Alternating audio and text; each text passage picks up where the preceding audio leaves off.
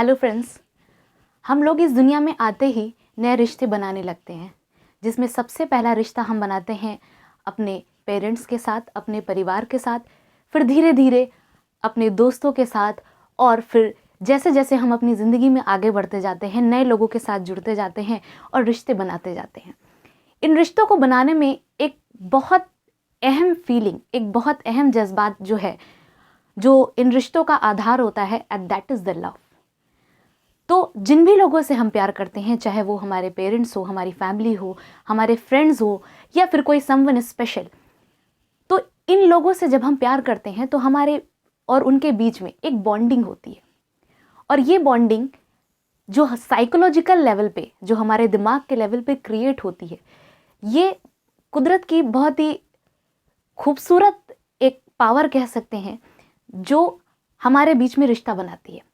और कुदरत की दी हुई चीज़ हम सबके अंदर मौजूद है, बस हम कुछ लोग उसमें से उस बात को जानते हैं, समझते हैं, और कुछ नहीं जानते हैं। तो आज का जो ये वीडियो है, ये बेसिकली लव पे बेस्ड है, लव की फीलिंग पे बेस्ड है, और इसके पीछे जो कॉज है उसके ऊपर बेस्ड है, जो रीज़न है, and that is a hormone that is known as oxytocin.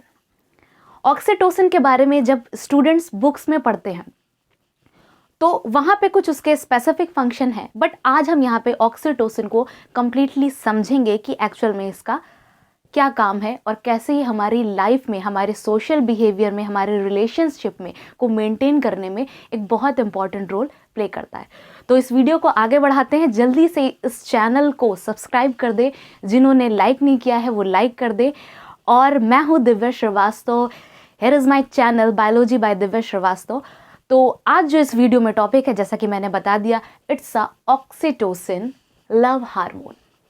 तो पहले कुछ साइंटिफिक चीज़ें बता दें आपको, जो हम लोग को जनरली बुक्स में मिल जाती हैं ऑक्सीटोसिन के बारे में, कि ऑक्सीटोसिन एक हार्मोन है, एक केमिकल है हमारी बॉडी में, ये सिंथेसाइज होता है। और कहाँ पर बनता है अगर हम इसकी बात करें तो ये हमारे दिमाग का एक हिस्सा होता है जिसका नाम है हाइपोथैलेमस।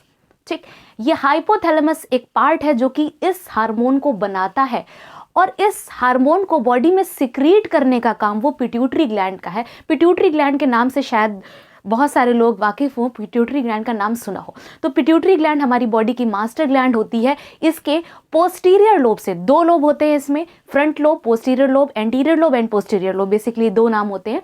तो इसके पोस्टीरियर लोब से ये हार्मोन सिक्रीट होता है।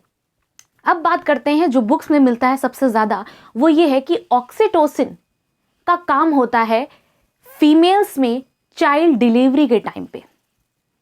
तो अब यहीं से मिसकॉन्सेप्ट शुरू हो जाता है जो स्टूडेंट्स पढ़ते हैं उनको, कि ऑक्सीटोसिन का मेन रोल जो होता है वो आफ्टर प्रेगनेंसी, डिलीवरी के टाइम पे होता है। लेकिन ऐसा नहीं कि ऑक्सीटोसिन सिर्फ फीमेल्स में प्रेजेंट होता है। ऑक्सीटोसिन, ऐसा हमें ये पढ़ के ऐसा लगने लगता है कि ऑक्सीटोसिन मेल में होता ही नहीं, जो कि गलत बात है। ऑक्सीटोसिन मेल और फीमेल दोनों में होता है, बट यस, फीमेल में इसका secretion as compared to male ज़्यादा होता है। और वो रीज़न अभी आपको हम बताएंगे कि उसका इफेक्ट क्या होता है और क्यों होता है। तो पहले जो अभी हम बात कर रहे थे कि ऑक्सीटोसिन बनता हाइपोथैलेमस में है और सिक्रीट होता है हमारे पोस्टीरियर पिट्यूटरी से, that is the gland of your body present inside the brain, और इसको हम लोग मास्टर ग्लैंड भी कहते हैं। अब इसका जो मेन काम जो हम लोग को बुक्स में मिलता है वो ये है कि ऑक्सीटोसिन का अहम रोल जो होता है वो डिलीवरी के टाइम में, यानी फीमेल जब अपने बच्चे को जन्म दे रही होती है तो उस टाइम पर ये फीमेल के यूट्रस में कॉन्ट्रैक्शन कराता है और बेबी को बाहर पुश करने में हेल्प करता है। ये इसका मेन काम होता है। लेकिन इसके साथ ये एक बहुत इंपॉर्टेंट काम ये करता है कि डिलीवरी के बाद उस फीमेल के में जो उसके ब्रेस्ट से मिल्क सिक्रीशन होता है वो काम भी कराने ऑक्सीटोसिन कराता है।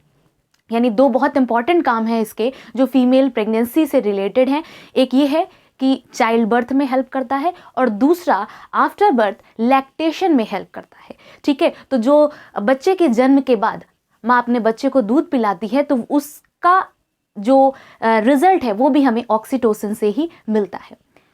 उसके अलावा ये और क्या काम करता है एक फीमेल की बॉडी में, तो जो माँ होती है उसके अंदर एक मैटरनल फीलिंग, जिसको हम लोग बोलते हैं मैटरनल लव, और ये इस पूरी दुनिया का सबसे खूबसूरत प्यार है, ये कह सकते हैं, जिसमें कहीं से भी कोई भी कंपल्शन नहीं है, कोई भी किसी भी तरह की कोई ज़बरदस्ती नहीं है, किसी भी तरह की कोई डिमांड नहीं है, कोई कंप्लेनिंग नहीं है। It is the purest form of love that is created by oxytocin hormone. तो इसीलिए इसको हम लोग मैटरनल हार्मोन भी कहते हैं। और मैटरनल लव जो होता है, जो मातृत्व का प्रेम होता है, वो इसी हार्मोन की वजह से होता है। तो ये तो बात थी ऑक्सीटोसिन का रोल प्रेगनेंसी में क्या होता है। लेकिन अभी जैसे कि मैंने कहा कि ऐसा नहीं है कि ऑक्सीटोसिन मेल में सिक्रीट नहीं होता है, या फिर वो फीमेल जो प्रेग्नेंट नहीं है उसमें नहीं होता है ऑक्सीटोसिन। ये सारे सवाल आपके दिमाग में आ रहे हो, तो ऐसा बिल्कुल भी नहीं है। ऑक्सीटोसिन जो है वो मेल फीमेल दोनों में होता है, बट प्रेगनेंसी के टाइम जो है इसका बहुत इंपॉर्टेंट रोल होता है। अब बात करते हैं उन लोगों की या उस कंडीशन की जिसमें आ रही हैं हमारी नॉर्मल फीमेल्स और जो मेल मेंबर्स हैं, उनकी बात करें तो यस, ऑक्सीटोसिन वहां पर भी एक बहुत ही स्ट्रॉन्ग अफेक्शन अटैचमेंट में बहुत इंपॉर्टेंट रोल प्ले करता है। ठीक है, तो बहुत ही स्ट्रॉन्ग अटैचमेंट जहां पर होता है वहां पर ऑक्सीटोसिन इन्वॉल्व होता है, इसीलिए इसको हम लोग बॉन्डिंग हार्मोन भी कहते हैं। ठीक, तो जब दो लोग किसी भी तरह के रिलेशन में हो सकते हैं, ज़रूरी नहीं है यहाँ पर हम एक मेल फीमेल रिलेशन की ही बात करें। Yes, male female relation is a type of very strong emotional connection that involves physical and mental attachment, और उसमें ऑक्सीटोसिन बहुत इंपॉर्टेंट रोल प्ले करता है। बट स्टिल इन सब चीज़ों के अलावा भी ऑक्सीटोसिन हमारे जो अदर रिलेशंस होते हैं उनको स्ट्रॉन्ग बनाने में, हमारी बॉन्डिंग को मेंटेन करने में बहुत इंपॉर्टेंट रोल प्ले करता है। तो इसीलिए इसको रिलेशनशिप बिल्डिंग हार्मोन भी कहते हैं। यह स्कडलिंग हार्मोन भी इसको इसीलिए कहा जाता है कि ये हमारे बीच के प्यार, हमारे बीच के इमोशंस को, हमारे बीच के अटैचमेंट को मेंटेन रखता है। जिन लोगों में ऑक्सीटोसिन प्रॉपर अमाउंट में रिलीज होता है उनके रिलेशनशिप्स बहुत स्ट्रांग होते हैं। अगर किसी वजह से कोई प्रॉब्लम हो भी जाती है तो वो बहुत ही जल्दी अपने इस बिहेवियर की वजह से अपने रिलेशंस को फिर से वैसे ही मेंटेन कर लेते हैं। तो ये ऑक्सीटोसिन का बहुत इंपॉर्टेंट रोल है। अगर आपके रिलेशंस बहुत अच्छे हैं लोगों के साथ, अपने परिवार के लोगों के साथ, अपने दोस्तों के साथ, या किसी समवन स्पेशल के साथ, तो उसका कुछ ना कुछ क्रेडिट ऑक्सीटोसिन को ज़रूर जाता है। तो ये रिलेशन में स्टेबिलिटी भी मेंटेन रखता है। इसका मतलब क्या हुआ कि ये जनरली टर्म या ये बात जनरली लोग मेल के लिए यूज़ करते हैं, क्योंकि मेल में ऑक्सीटोसिन का level as compare to female कम होता है। तो इस वजह से बोला जाता है कि जिनमें भी ये कंसंट्रेशन नॉर्मल से थोड़ा ज़्यादा होता है या ऑक्सीटोसिन का लेवल ठीक ठाक होता है, तो ऐसे लोग अपने रिलेशनशिप में स्टेबल होते हैं, बाउंडेड होते हैं, क्योंकि ये बाउंडिंग हार्मोन ही है। तो ऐसे जो मेल्स होते हैं वो, उनके बारे में बोला जाता है कि वो लॉयल होते हैं। मतलब जो उनका पार्टनर है, जो उनके रिलेशंस है, उनके साथ वो बहुत ही स्ट्रांगली बॉन्डेड होते हैं, फिर वो अदर किसी पर्सन से अफेक्टेड नहीं होते हैं। बाकी सारी चीज़ें आप लोग समझ ही रहे होंगे।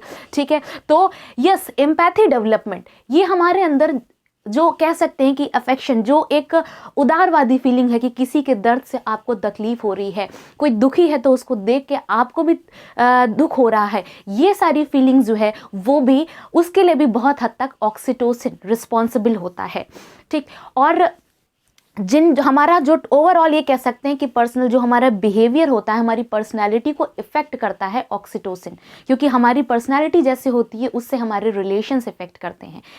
एक खास बात और बताएं आपको कि ऑक्सीटोसिन जिन लोगों में बाय बर्थ या फिर ऑक्सीटोसिन का लेवल जिसमें कम हो जाता है, तो वहां पर एक डिसऑर्डर, एक सिंड्रोम डेवलप हो जाता है, that is known as Asperger syndrome, या इसको बोलते हैं ऑटिज्म। तो इस टाइप के जो लोग होते हैं वो एंटी सोशल होते हैं। जैसा कि मैंने अभी बताया ना कि ऑक्सीटोसिन का रिलेशन सिर्फ मैटरनल लव से नहीं है, सिर्फ एक मेन फीमेल कनेक्शन से नहीं है, बल्कि ये आपके ओवरऑल रिलेशंस को, आपके सोशल बिहेवियर को भी बहुत हद तक इफेक्ट करता है। तो जो लोग भी जिनमें ऑक्सीटोसिन का लेवल कम होता है, इस टाइप के लोग एंटी सोशल हो जाते हैं। उनको ज़्यादा लोगों से बात करना, ज़्यादा लोगों से मिलना जुलना पसंद नहीं आता है, और ऐसा ये बाय बर्थ भी हो सकता है या फिर आपके में बिहेवियरल चेंज ऐसे आ सकते हैं। तो इसलिए ऑक्सीटोसिन जो होता है वो ओवरऑल हमारे कैरेक्टर, हमारे पर्सनैलिटी, हमारे बिहेवियर और हमारे रिलेशनशिप्स को मेंटेन करने में बहुत इंपॉर्टेंट रोल प्ले करता है। तो इसलिए इस हार्मोन को इग्नोर ना करें, इसको थैंक्स कहें कि अगर आपकी बॉडी में ये प्रॉपर अमाउंट में सिक्रीट हो रहा है, तो काफ़ी हद तक पॉसिबिलिटी है कि आपके जो रिलेशंस हैं वो स्ट्रॉन्ग रहेंगे। और किसी वजह से कोई प्रॉब्लम आती भी है तो आप उसको फिर से बैलेंस कर लेंगे, फिर से मेंटेन कर लेंगे। हाँ, वो बात अलग है कि इसके अलावा हमारी बॉडी में और भी फैक्टर्स होते हैं, और भी अदर हार्मोन्स होते हैं जो कि हमारे बिहेवियर के लिए रिस्पॉन्सिबल होते हैं, जैसे कि डोपामिन, सेरोटोनिन, जो अदर न्यूरोट्रांसमीटर है, ये भी रिस्पॉन्सिबल है हमारे बॉडी और हमारे सोशल बिहेवियर को लेके। बट वो फिर किसी और दिन किसी और वीडियो में डिस्कस करेंगे। आज का टॉपिक फिलहाल ऑक्सीटोसिन ही था। आई होप आप लोगों को ये वीडियो अच्छा लगा हो, और अगर आपको कुछ भी यूज़फुल इन्फॉर्मेशन मिली हो इससे, तो प्लीज़ इस वीडियो को लाइक ज़रूर करें, चैनल को सब्सक्राइब करें, जिससे मुझे पता चले कि आपको मेरे वीडियोस, जो भी इंफॉर्मेशन मैं आपको दे रही हूँ, वो समझ में आए। तो फिर मिलेंगे किसी और वीडियो में किसी और नई इंफॉर्मेशन के साथ। तब तक के लिए keep watching. Thank you so much.